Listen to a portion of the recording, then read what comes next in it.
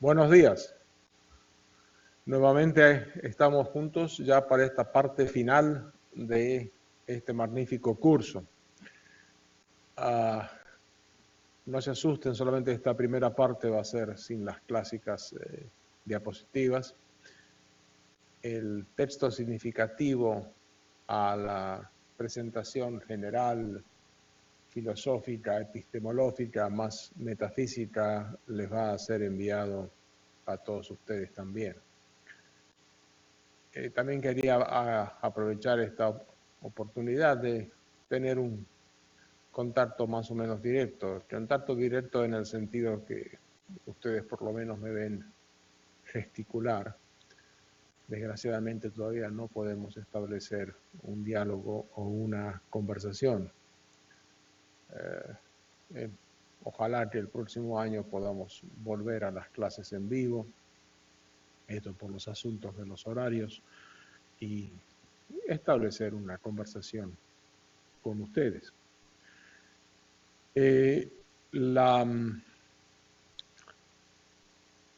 Esta parte, como decía, siempre con ese mismo espíritu de hacer honor al magnífico esfuerzo de nuestra universidad. Y digo nuestra universidad porque no se olviden que yo también tengo un título de la UNAM. Soy parte de ese hermoso, inmenso lugar que los cobija y que nos cobija. El maestro Pedrosa Pacheco les ha trazado un mapa, les ha dado con los distintos cursos la brújula para iniciar el camino de la investigación clínica.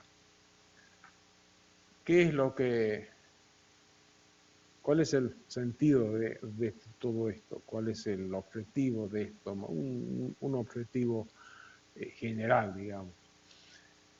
Retrotraigámonos a 1803, en ese año, el rey Carlos IV de España ordena una expedición de 3 fragatas, creo, dirigidas por Francisco Javier de Balmis como director científico, que fuera de España hacia las colonias americanas y las Filipinas para vacunar la población contra la viruela.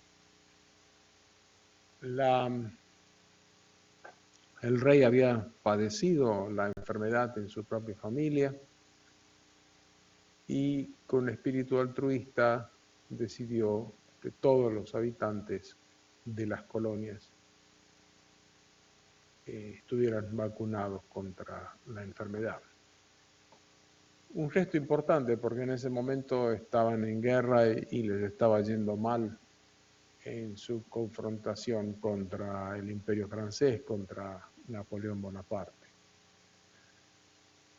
Sale esa expedición, llega a Puerto Rico, primera etapa, donde llegan y se encuentra de Balmis para su desagrado, aparentemente no le cayó bien, que el médico local, un tal doctor Francisco Oller, había ya iniciado un proceso de vacunación de la población en Puerto Rico a través de información que él había recibido del sistema de vacunación de Jenner y a través de la colaboración que había establecido con otros médicos en el Caribe, creo que de la isla de Santo Tomás, y habían iniciado un proceso de inmunización.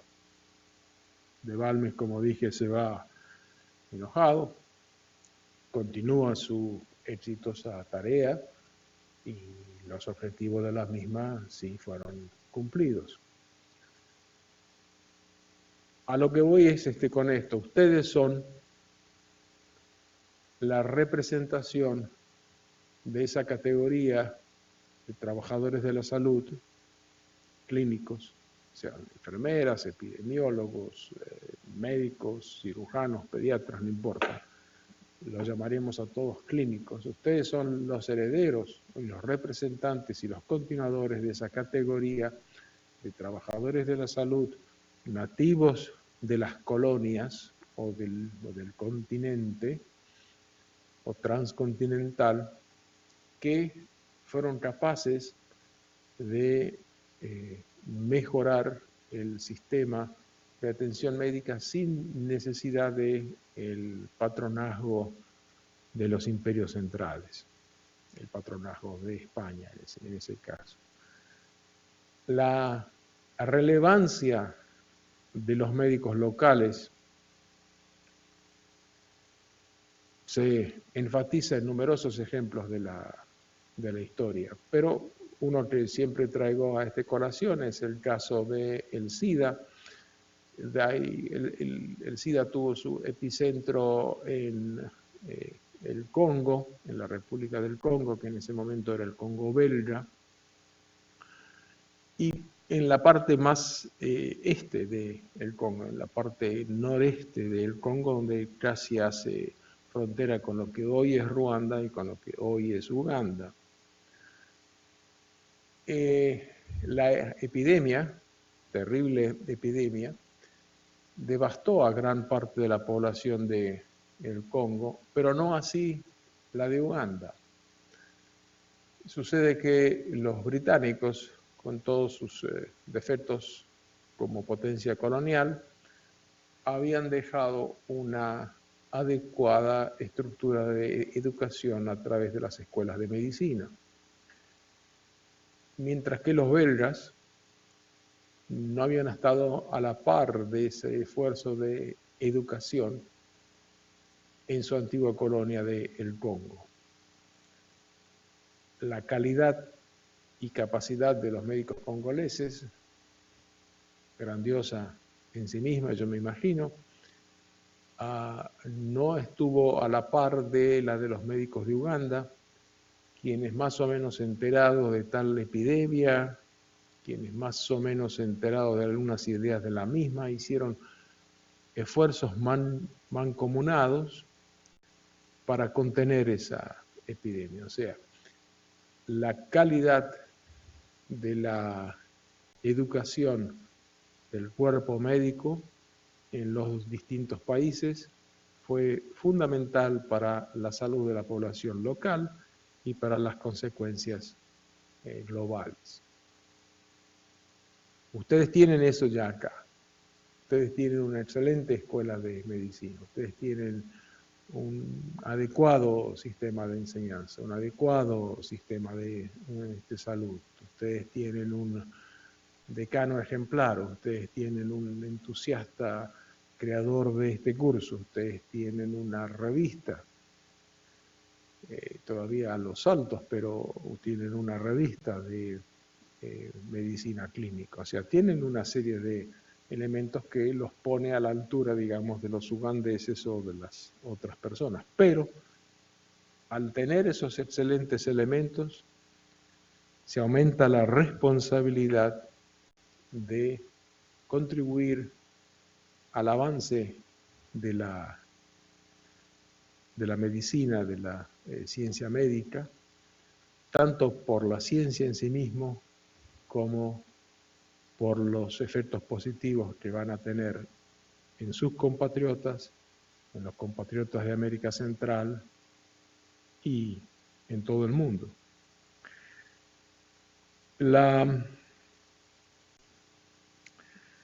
Aquí tengo conmigo un ejemplar, el ejemplar del 20 de enero del 9 de enero del 2020 del New England Journal of Medicine.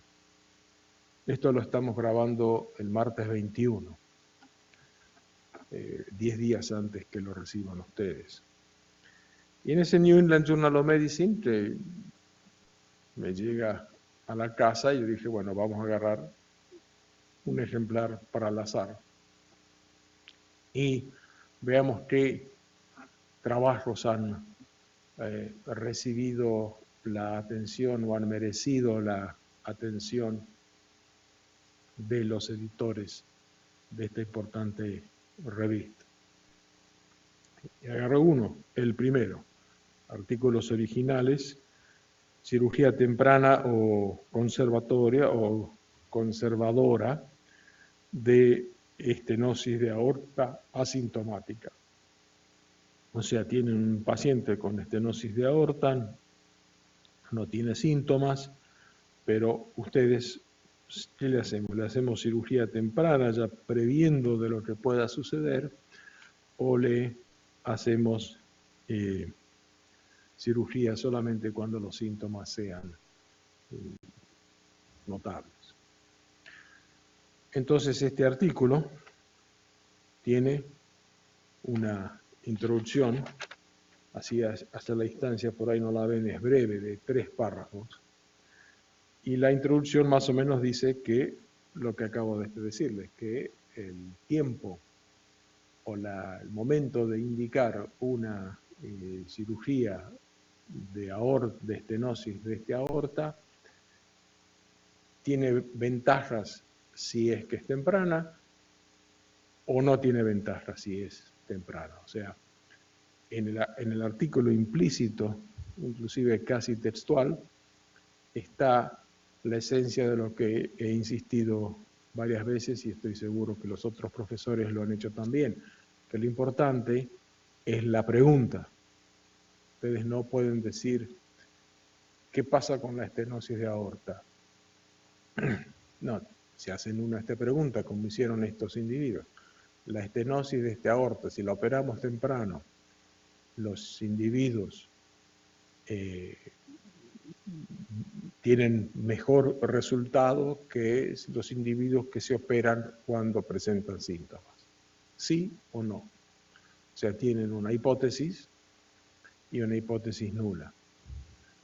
Las dos deben estar bien fundamentadas. Y la ventaja de hacer una hipótesis o una hipótesis nula es que los obliga a ustedes a pensar, al leer la literatura, a ver todas las alternativas y definir la más adecuada hipótesis. Y la hipótesis nula es que ustedes ponen a un colaborador de ustedes para que se encargue de ser el abogado del diablo. O sea, yo me encargo de defender la hipótesis, que sí es ventajoso operar temprano, y tú te encargas de rebatirme mis argumentos con conocimiento de la literatura. Obviamente, cuando tú me rebates un argumento, yo lo contrarrebato, porque lo que queremos es llevar adelante la hipótesis, pero a medida que hacemos ese diálogo entre hipótesis e hipótesis nula, estamos haciendo, nos estamos compenetrando en el tema, en esta cuestión. Bueno, ¿y qué hacen? Formularon esta pregunta, agarraron, hizo un estudio multicéntrico, agarraron 145 pacientes asintomáticos y entonces los dividieron en dos grupos, un grupo tuvo cirugía temprana, otro no. Después juntaron los resultados y al cabo de X tiempo, no sé si un año por ahí, y compararon los resultados e hicieron todos los tests, todas las pruebas. Trato de evadirme de las palabras anglosajonas acá. Todas las pruebas de estadística, intervalos de confianza, Fisher, test, es decir, todas las pruebas estadísticas que ustedes saben, que ustedes ya han estudiado, y compararon y dieron este resultado que sí, que efectivamente una cirugía temprana es mejor que una cirugía tardía. Perfecto, ahí está. Y el trabajo se lleva los palmares de la publicación del New England Journal of Medicine. No hicieron ninguna extravagancia, no hicieron ninguna prueba dramática, agarraron 145 pacientes, los dividieron aleatoriamente, como ustedes estudiaron, esto y esto, compararon, estos son los resultados. Después vemos los autores acá, este es un trabajo publicado realizado por autores de Corea del Sur. Sí, Corea del Sur hace autos y televisiones y teléfonos celulares, pero es un país pequeño en tamaño, ¿no? Y en cantidad de habitantes. Y ahí se juntaron, no los puedo contar, serán 12, 13 autores. Hagamos un trabajo, llegamos a una conclusión y avanzamos la medicina coreana e informamos al mundo a sí mismo. Y otra gran ventaja, le dan un nombre a su universidad. Uno ya desde ahora dice, bueno, esta es una universidad que genera este grupo de gente y que da un sistema de autoconfianza. Si nos vamos a otro trabajo, por ejemplo, qué hacer con los pacientes que tienen riesgo bajo de mielodisplasia. Si darle Lutastercept, una droga que no te conozco, o sea, estos son artículos que son de temas que yo no domino, pero otra vez, doble ciego, placebo control, 229 pacientes, 153 fueron aleatoriamente incluidos en un grupo, en el grupo de recibir las drogas, 76 de recibir el placebo, y esperaron un tiempo, evaluaron a los pacientes, tantos lo vieron bien, tantos lo vieron mal, estos estudios y no estos estudios. Todos los estudios fueron clínicos y de laboratorio sencillo, o sea, de laboratorio que uno, siendo cirujano ya hace mucho tiempo que colgó el bisturí, sí lo entiende, sin ningún problema, ¿no? Y todos los cuadritos y los dibujos y las distintas estadísticas que ustedes dicen, pero ahí está. Esto es de un hospital en Alemania. O sea, y así con el número del 16 de enero, y así será con el número que todavía no ha llegado a la casa del 23 de enero. Ustedes agarran los 1, 2, 3, 4 artículos principales que tiene el New England Journal of Medicine y ven que básicamente lo que estos individuos han hecho, y admiración a ellos, es algo que está al alcance de ustedes. Ustedes elijan el tema que les interese y en base a ese tema desarrollan este trabajo. De paso, en este número del 9 de enero hay un pequeño caso clínico, una pequeña viñeta de caso clínico, viñeta que se accede por la parte de la red, que es de leishmaniasis cutánea, uno de los casos clínicos que ustedes me enviaron, que de paso, extraordinarios casos clínicos y felicitaciones, ¿no? Muy agudos en el diagnóstico y en el tratamiento, muy abusados ustedes en el diagnóstico y en el tratamiento, pero un caso de leishmaniasis cutánea que es distinta al caso que presentan acá. El tratamiento es distinto, la evolución es distinta, es decir, un solo caso de ustedes, y elijo ese caso porque por coincidencia está acá en el New England, es distinto, es diferente, da otra respuesta. Y esas variaciones son la riqueza que nos da la observación clínica y el trabajo empírico. Fíjense, sin más, si yo digo, muy bien, un estudio en Corea decidió que las estenosis de aórticas asintomáticas les va mejor si se operan antes. ¿Es eso aplicable en Nicaragua, no sé cuál es el grado de enfermedad y de cuántas estenosis aórticas hay en el país o la capacidad de los cardiocirujanos, que imagino que es muy buena. Imagino y hasta estoy dispuesto a poner las manos en el fuego por eso. Pero a lo que voy es esto, es decir, no están diciendo, bueno, el diámetro de la válvula operada en Corea y el diámetro de la válvula operada en otras partes. No, está diciendo, están comparando la evolución clínica. Y la evolución clínica, como ustedes saben, depende de muchos factores. Quizás a la población esta en Corea sí le es conveniente tener una cirugía previa, una cirugía antes de la manifestación de los síntomas.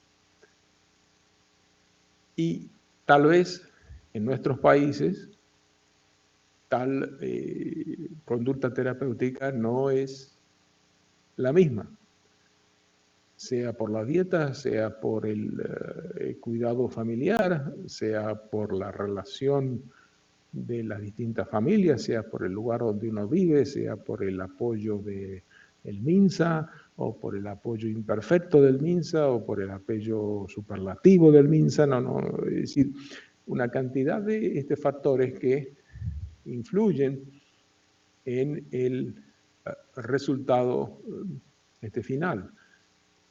El individuo no es un valor de eyección cardíaca, el individuo es una totalidad.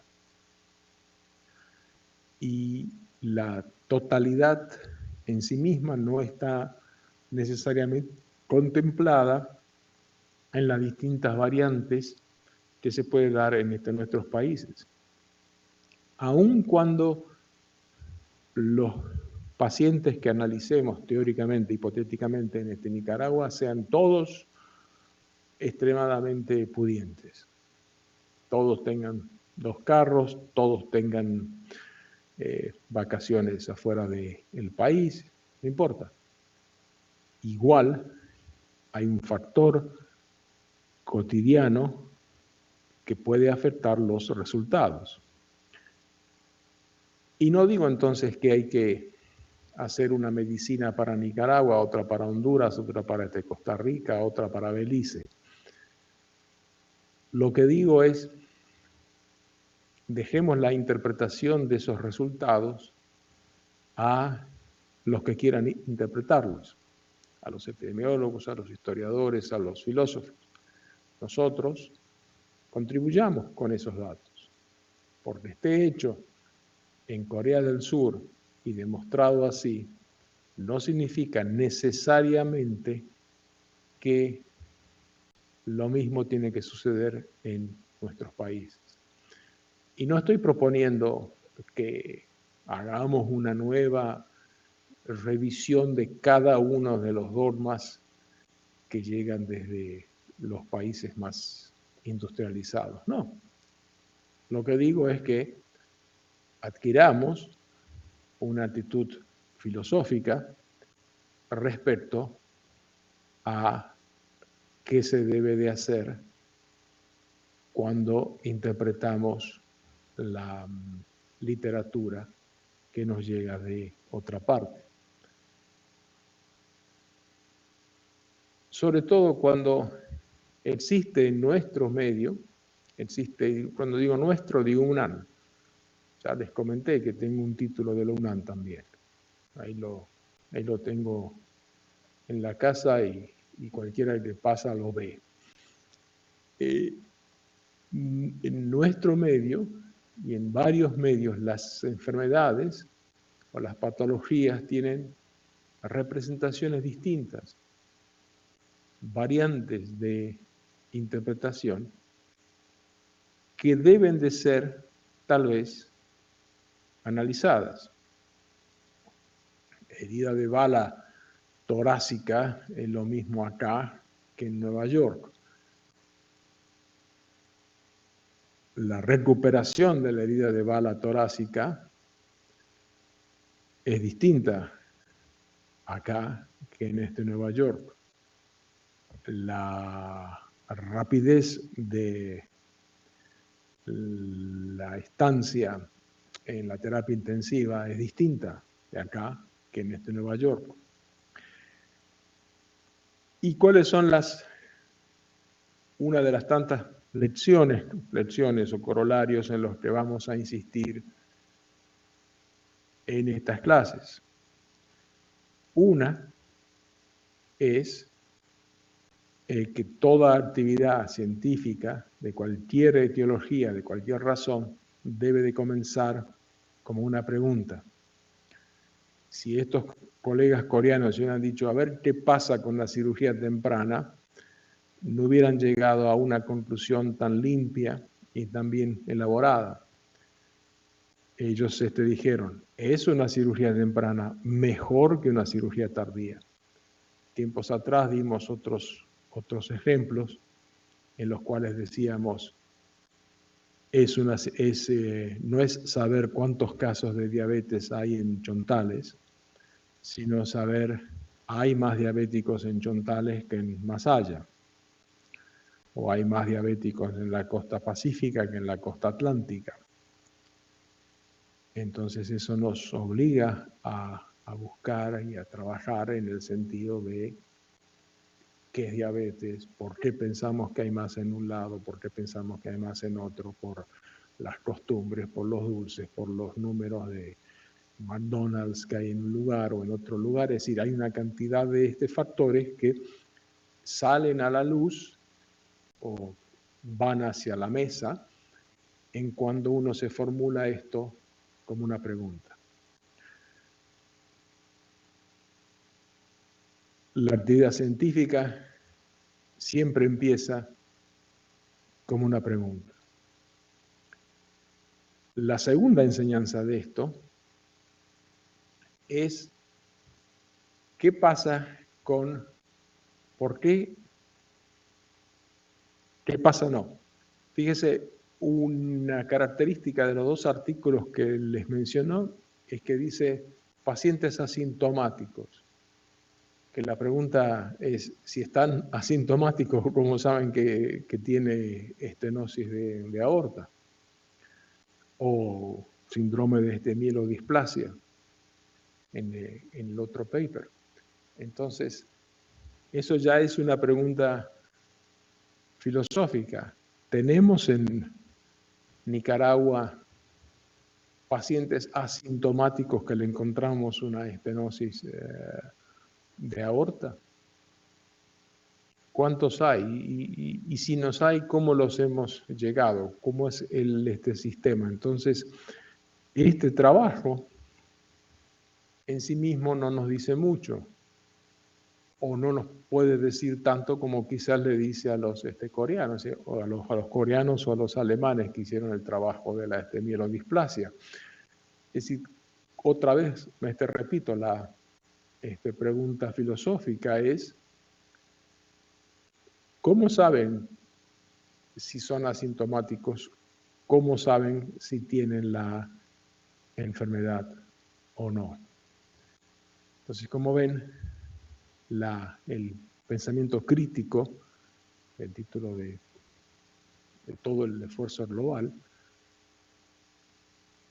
entra acá porque habíamos dicho que el pensamiento crítico es el análisis de las premisas, y el análisis de las premisas está buscar no necesariamente la quinta pata al gato, pero buscar el factor que culebrea por ahí, que uno le dice, que uno lo deja, que lo te deja pensando. El énfasis de las clases para venir va a ser en el investigador clínico como científico, que como científico quiere decir como individuo que se esfuerza en conseguir una respuesta a una pregunta, y a una pregunta que se formula de tal manera que es con un sí y con un no. La segunda parte, el investigador clínico como filósofo, no necesariamente como filósofo de la ciencia, como filósofo en general, en sí. El filósofo, si se acuerdan, es la definición, y estoy seguro que se acuerdan eso, si se acuerdan es una muletilla del diálogo. Filósofo es aquel que ama el conocimiento. Algunos dicen que ama la sabiduría. Bueno, sabiduría es una palabra muy alta, muy así lejana. No sé cuántos sabios hay en el mundo. Pero conocimiento, el amor por el conocimiento. Y en ese sentido, ustedes son filósofos, porque están ahí sentados, sacrificando familia, trabajo, diversión, tomando nota, queriendo saber más porque están enamorados del conocimiento. O sea, son filósofos, están enamorados del conocimiento, quieren saber más, quieren saber algo más. ¿Cómo podemos hacer para saber más? Y por esa razón, la tercera parte del investigador clínico, una es filósofo, otra es científico, es la del rebelde.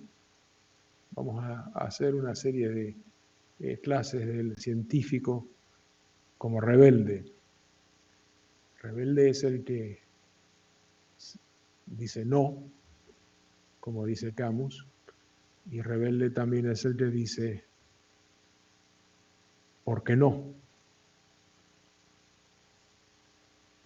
Cualquier rebelde quiere cambiar una situación o mejorar una situación si las aguas están rebasándose el cauce de los ríos y hace falta, hay una situación de emergencia ambiental o de emergencia sanitaria. Eso está muy bien, es ser este rebelde que dice, bueno, vámonos, vayamos a las autoridades, pidamos, insistamos, pechemos. Pero también hay un rebelde, que es el verdadero rebelde, el que ante una situación calma, en donde no hay crisis, donde hay excelentes resultados en la atención médica, dice, bueno, ¿por qué no vamos un paso más? Si el nivel de infección posoperatoria del sistema de derivación ventrículo-peritoneal en el hospital de la mascota es del 11%, es una cifra que digo, ¿por qué no lo bajamos al 10%? ¿Por qué no lo bajamos al 9%? Nadie dice que tengamos cero infección, nadie tiene cero infección. Bajémoslo por ahora. El 10% es el estándar, esa es la parte alta, pero es el estándar universal aceptado. O sea, usted va a una conferencia en Alemania y dice que el nivel del porcentaje de infección de las válvulas de derivación en su hospital son el 10%, nadie va a protestar. Totalmente distinto si dice que es el 30%. Bueno, si es el 30%, entonces hay que hacer algo, y ese también es el científico rebelde. Pero el científico rebelde, realmente rebelde, es el que dice, si estamos en un nivel de infección de 8% o un nivel de mortandad del 5%, ¿por qué no bajamos ese nivel 1 o 2 puntos más? Y lo bajamos, siguiendo antes a esto, lo bajamos o lo pueden bajar a través de formularse una pregunta. Y la pregunta sería, por ejemplo, si lavamos con alcohol yodado por 10 minutos la superficie cutánea del paciente quirúrgico, ¿bajará el nivel de infección, sí o no? comparado con el estándar que estamos haciendo ahora, que es lavarlo, digamos, 3 minutos o 7 minutos. Cifras. Se formula una pregunta, el cirujano,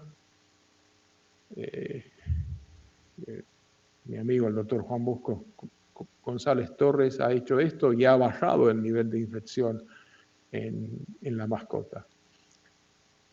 De un nivel aceptable, lo ha bajado todavía más, formulándose esta pregunta: si hacemos esto, si mantenemos la válvula en su contenido, en su envase, en vez de como hacen muchas veces las enfermeras, inclusive acá, de abrirlo apenas entra el paciente y está más tiempo al aire. Hay una diferencia, hay una mejoría.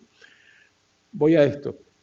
Hasta ahora hemos analizado el científico o el investigador científico o el investigador clínico como un científico, alguien que se hace una pregunta, un sí o un no. El investigador clínico como un filósofo, porque dice, analiza críticamente, vamos a analizar críticamente este artículo. Bueno, de los pacientes, de los no pacientes. No, fíjense que este artículo dice asintomático. ¿Cómo puede ser asintomático? ¿Cómo saben que tiene estenosis de aorta si es asintomático? ¿Cuál es el síntoma? ¿Cómo han llegado a ese diagnóstico que tenía el paciente? O quizás todos los pacientes en Corea, cuando tienen, no sé, cierta edad y dolor en la pierna, le hacen un escaneo generalizado del corazón, no sé. Pero digamos, ¿qué es eso de asintomático? Eso, ¿y cómo se puede trasladar ese hallazgo a la realidad de Nicaragua? Entonces, tenemos el clínico como investigador, se formula una pregunta, tenemos el clínico como filósofo, que analiza críticamente el contenido de la información, y tenemos el investigador clínico como un rebelde. Rebelde no energizado, vociferante, sino indignado, ni siquiera indignado, sino curioso de saber cómo podemos mejorar esto. El tercero es el